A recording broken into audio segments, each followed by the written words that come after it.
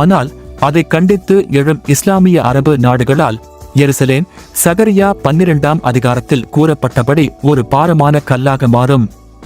உலகம் முழுவதும் அனைத்து நாடுகளும் எருசலேமை எதிர்க்கத் தொடங்கும்.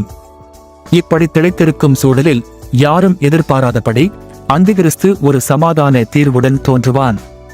இஸ்ரேலுக்கும் அவற்றை எதிர்க்கும் நாடுகளுக்கும் இடையில் தேவாலயம் கட்ட அனுமதி தரும் வகையில் ஒரு அமைதி உடன்படிக்கையை ஏற்படுத்துவான்.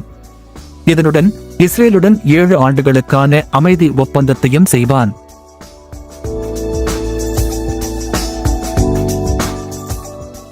இதுவே தானியேலின் தீர்க்கதரிசன கடிகாரத்தில் உள்ள 70வது வாரம், இஸ்ரேலுக்கான இறுதி 7 வருடங்கள்.